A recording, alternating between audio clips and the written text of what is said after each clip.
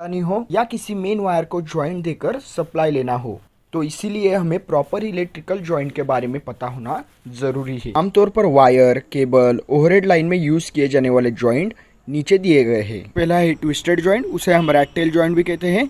दूसरा है straight joint, तीसरा है मैरिड जॉइंट, चौथा है टी जॉइंट, पांचवा है ब्रिटानिया जॉइंट और छठवा है वेस्टर्न यूनियन जॉइंट। तो सबसे पहले हमें देखना है ट्विस्टेड जॉइंट, जिसे हम रैक्टेल जॉइंट भी कहते हैं। तो इसे बनाने के लिए वायर का इंसुलेशन 1 इंच तक निकाल लेना है।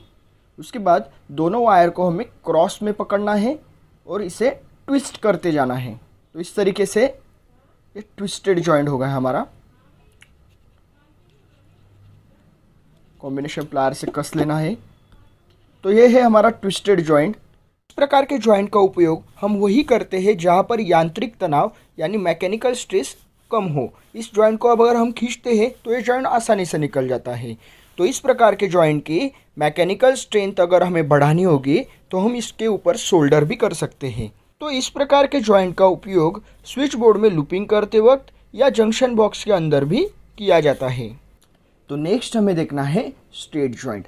तो स्ट्रेट जॉइंट बनाने के लिए वायर का 1 या 1.5 इंच तक इंसुलेशन निकाल लेना है। तो दोनों वायर के जो कंडक्टर है उन्हें हमें स्प्रेड कर देना है। इस तरीके से फैला देना है दोनों को। तो फैलाने के बाद ये जो दोनों साइड के कंडक्टर से उन्हें हमें एक दूसरे के अंदर इस तरीके से फंसा देना है। फंसाने के बाद यहाँ पर उन्हें जमा देना है इस तरीके से और उन्हें ऑपोजिट साइड में घुमाना है। तो एक को हम इस तरीके से घुमाएंगे, इसके ऊपर लपेट देना है और दूसरे को ऑपोजिट में यहाँ पर लपेट देंगे।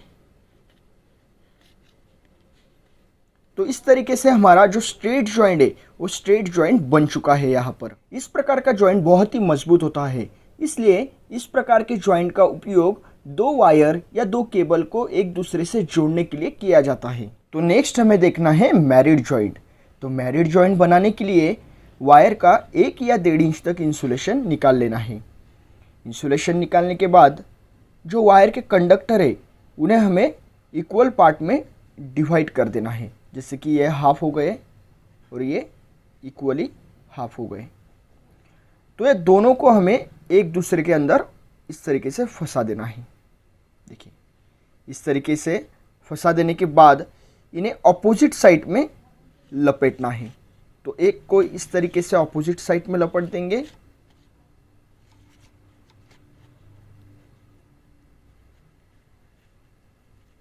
और दूसरे को इस साइड में लपेट देना है उस कंडक्टर के ऊपर। ठीक है, इस तरीके से। तो ये बन चुका है हमारा मैरिड जॉइंट। तो ये मैरिड जॉइंट बहुत ही मजबूत होता है। तो जैसे हमने अभी स्ट्रेट जॉइंट देखा, तो मैरिड जॉइंट का भी उपयोग सेम वायर और केबल दोनों की लंबाई बढ़ाने के लिए किया जाता है। तो नेक्स्ट हमें देखना है टी जॉइंट। तो सबसे पहले समझ लेते हैं टी जॉइंट कहाँ यूज़ किया जाता है। तो इस प्रकार का जॉइंट किसी मेन केबल या वायर से कभी हमें कनेक्शन लेना हो तो वहाँ पर किया जाता है। तो यहाँ पर जो ब्लू कलर का वायर है उसे हम मेन वायर कहेंगे और जो रेड कलर का वायर उसे जोड़ना है उसे हम ब्रांच वायर कहेंगे। तो आइए बनाते हैं टी जॉइंट। तो टी जॉइंट बनाने के लिए सबसे पहले जो मेन वायर है जहाँ से हमें कनेक्शन लेना है तो वहाँ का 1 या 2 इंच तक इंसुलेशन निकाल लेना है। तो इंसुलेशन निकालने के बाद जो कंडक्टर है उन्हें हमें इक्वली 2 पार्ट में डिवाइड कर देना है। ठीक है, इस तरीके से। और जो ब्रांच वायर है उस ब्रांच वायर को दोनों में बीच में डाल देना है। ठीक है, इस तरीके से। तो इस तरीके से डालने के बाद इस ब्रांच वायर को 2 पार्ट में डिवाइड कर देना है इस तरीके से और दोनों को अपोजिट साइड में लपेटते जाना है, मतलब ज्वाइन करते जाना है कुछ इस तरीके से। देखिए, तो एक वायर जो है ये ऑपोजिट में इस तरीके से लपेटते जाना है।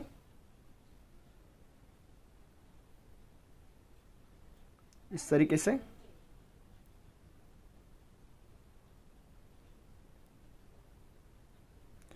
तो ये हो गई पहली, और दूसरे वायर को भी अपोजिट साइड में लपेटते जाना है कुछ इस तरीके से।